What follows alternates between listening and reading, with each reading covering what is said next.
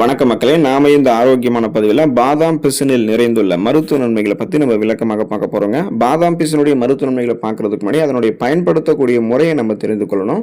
சிறிது பாதாம் பிசினை நீங்கள் எடுத்து இரவு முழுவதும் சுத்தமான தண்ணீரில் ஊற வைக்க வேண்டும். மறுநாள் காலையில் அது ஜெல்லி போல உப்பி இருக்கும். இந்த ஜெல்லியை நீங்கள் பால், நன்னாரி சர்பத், இளநீர் அல்லது ரோஸ் மில்க் ஆகியவற்றுடன் கலந்து எடுத்துக்கொள்ளலாங்க. பாதாம் பிசின் மிகவும் குளிர்ச்சி வாய்ந்தது அப்படின்றதால சைனஸ், ஆஸ்துமா அல்லது அதிக சளித்தொல்லை இருக்கிறவங்க மழை காலங்களில், குளிர்காலங்களில் அதை எடுத்துக்கொள்வது தவிர்க்கிறது நல்லது.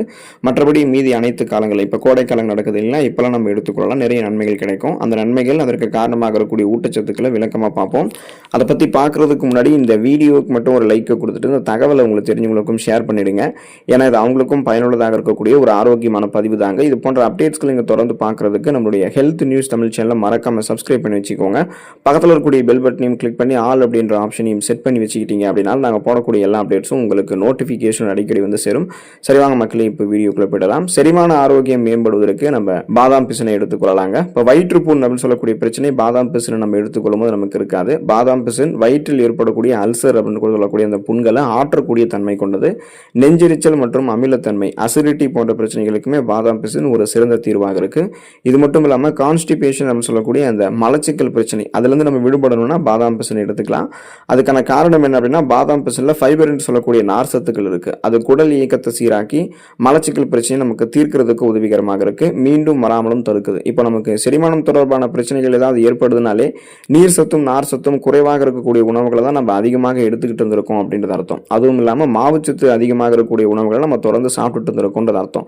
இப்போ போதுமான அளவுக்கு நீர் சத்தும் நார் சத்தும் இருக்கக்கூடிய உணவுகளை எடுத்துக்கிட்டோம்னா செரிமான மண்டலத்தையே வலுப்படுத்திக்கலாங்க இல்லையா? அதனால தான் நீங்கள் மலச்சிக்கல் பிரச்சனையிலிருந்தெல்லாம் விடுபடுறதுக்கு மட்டும் இல்லாமல் அந்த சீரற்ற குடல் இயக்கம், வயிற்றுப்புண்ணு, அல்சர் பிரச்சனை, நெஞ்செரிச்சல், அமிலத்தன்மை, வயிற்றுப்போக்கு, வயிற்று உப்புசம், இந்த மாதிரி எந்த செரிமானம் தொடர்பான பிரச்சனையுமே இல்லாமல் செரிமான மண்டலத்தையே வலுப்படுத்திக்கணும்னா நார் சத்து வளமான நிறைந்திருக்கக்கூடிய பாதாம் பிசினை தொடர்ந்து உங்களுடைய உணவுகளை நீங்கள் எடுத்துக்கொள்ளணும். நோய் எதிர்ப்பு சக்தி திறனை அதிகரிக்கிறதுக்கு நீங்கள் பாதாம் பிசினை எடுத்துக்கொள்ளலாங்க. அதுக்கான காரணம் என்ன அப்படின்னா, பாதாம் பிசினில் இருக்கக்கூடிய இயற்கையான ஆன்டி ஆக்சிடென்ட்கள் மற்றும் தாதுக்கள் உடலினுடைய நோய் எதிர்ப்பு மண்டலத்தை, இம்யூன் சிஸ்டத்தை வலுப்படுத்துறதுக்கு உதவிகரமாக இருக்கு.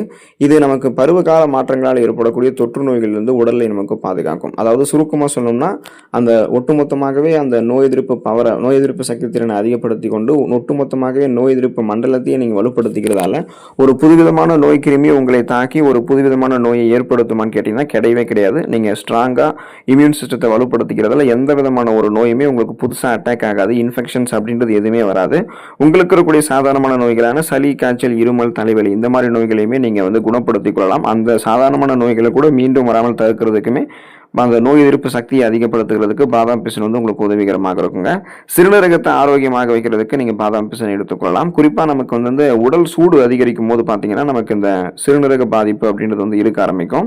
ஸோ அந்த உடல் சூட்டை தனிச்சு சிறுநீரக ஆரோக்கியத்தை பராமரிக்கணும்னா பாதாம் பிசினை எடுத்துக்கலாம். பாதாம் பிசினுடைய மிக முக்கியமான குணமே நம்மளுடைய உடல் சூடு, அந்த பாடி ஹீட்டை குறைக்கிறது தான். கோடை காலங்களில் ஏற்படக்கூடிய அதிகப்படியான உடல் வெப்பத்தை குறைத்து உடலுக்கு இயற்கையாகவே பார்த்தீங்கன்னா குளிர்ச்சியை கொடுக்கும். ஸோ அதனால் அந்த தாகம் அப்படின்றதெல்லாம் தாண்டி உங்களுடைய உடலையுமே நீங்கள் குளிர்ச்சியாக வைத்துக் கொள்ளலாம். அதனால் பார்த்தீங்கன்னா உடல் சூட்டினால் ஏற்படக்கூடிய சிறுநீர் எரிச்சல், யூரினரி ட்ராக்ட் டிஸ்கம்ஃபர்ட் மற்றும் நீர் சுருக்கு போன்ற பிரச்சனைகளை நீங்கள் பாதாம் பிசின் எடுத்துக்கொள்ளும் போது சரி பண்ணிக்கலாம். அப்போது பாதாம் பிசின் சிறந்த சிறுநீர் பாதையை, அதாவது சிறுநீர் பாதையை சிறந்த முறையில் உங்களுக்கு ஆரோக்கியப்படுத்துது. குளிர்ச்சியாக அதை வைத்து நச்சுக்களை வெளியேற்றுவதற்கு உங்களுக்கு ஹெல்ப் பண்ணுது.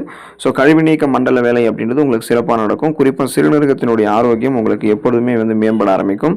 குறிப்பாக பார்த்தீங்கன்னா தூக்கமின்மை பிரச்சனைகளிலிருந்து விடுபட்டு மன அழுத்தத்திலிருந்து விடுபடணும்னா நீங்கள் பாதாம் பிசினை எடுத்துக்கலாம். அதிகப்படியான உடல் உஷ்ணம் காரணமாக சிலருக்கு தூக்கம் வராமல் போகலாம். பாதாம் பிசினை நீங்கள் அப்போ எடுத்துக்கொண்டீங்கன்னா உங்களுடைய நர்வ் சிஸ்டம், அந்த நரம்பு மண்டலத்தை நீங்கள் குளிர்ச்சி அடைய செஞ்சு மன அழுத்தத்தை குறைத்து ஆழ்ந்த உறக்கத்தை அது உங்களுக்கு பெறுவதற்கு ஹெல்ப் பண்ணும். செரட்டோனின் மற்றும் டோபமைன் போன்ற மன அழுத்தத்தை நீக்கக்கூடிய ஹார்மோன்கள் சுரக்க ஆரம்பிக்கும். உங்களுடைய நரம்புகள் இருக்கக்கூடிய இறுக்கங்கள் தளர்த்தப்பட்டு ரத்த ஓட்டம் பாய்ச்சப்படும் போது நீங்கள் சுறுசுறுப்பாக இயங்க ஆரம்பிப்பீங்க. அதனால் அந்த மன அழுத்தத்திலிருந்து விடுபட்டு விடுவீங்க. ஸோ தூக்கமின்மை, இயல்பாகவே தூக்க ஹார்மோன் உங்களுக்கு சுரக்க ஆரம்பிக்கும் போது தூக்கம் உங்களுக்கு இயல்பாக வர ஆரம்பிக்கும். ஸோ இதனுடைய பயன்பாடுகள், அதுக்காக நீங்கள் என்ன சேர்க்கணும் அப்படின்றது தெரிஞ்சுக்கணும். இப்போ நீங்கள் பாதாம் பிசினை காய்ச்சிய பால் மற்றும் நாட்டு சர்க்கரையோடு சேர்த்து எடுத்துக்கிட்டீங்கன்னா உடல் மெலிந்தவர்கள் எடுத்துக்கொள்ளும் போது அவங்களுடைய உடல் எடை மற்றும் தசை வளர்ச்சி ஆரோக்கியமாக இருக்கும். அதிக உடல் சூடு கொண்டவங்க இளநீர் அல்லது நன்னாரி சர்பத்தோட பாதாம் பிசினை எடுத்துக்கிட்டாங்கன்னா உடனடியாக உடல் குளிர்ச்சி அடைய ஆரம்பிக்கும். வயிற்றுப்புண் அப்படின்னு சொல்லக்கூடிய அல்சர் ப்ராப்ளம் இருக்கிறவங்க மோர், அந்த பட்டர் மில்கோட பார்த்தீங்கன்னா அல்சர் மற்றும் அது அமிலத்தன்மையை குறைக்கிறதுக்கு அந்த பட்டர் மில்க் மோரோட பாதாம் பிசினை எடுத்துக்கொள்ளும் போது அந்த வயிற்றுப்புண் நன்மைகள் இருக்காது. பாதாம் பிசினை நம்ம அப்படியே வந்து சாப்பிடக்கூடாதுங்க. குறைந்தது 8லிருந்து ஒரு 10 மணி நேரம் தண்ணீரில் ஊற வைத்து அது ஜெல்லி போல மாறினதுக்கு அப்புறம் மட்டும்தான் உட்கொள்ளணும். ஸோ பாதாம் பிசினை எடுத்துக்கொண்டு ஊட்டச்சத்துக்களை பெற்று நிறைய மருத்துவ நன்மைகளை பெற்று நலமோடு வாழுங்க. அடுத்த ஆரோக்கியமான பதிவில் மறக்காம சந்திப்போம். நன்றி மக்களே.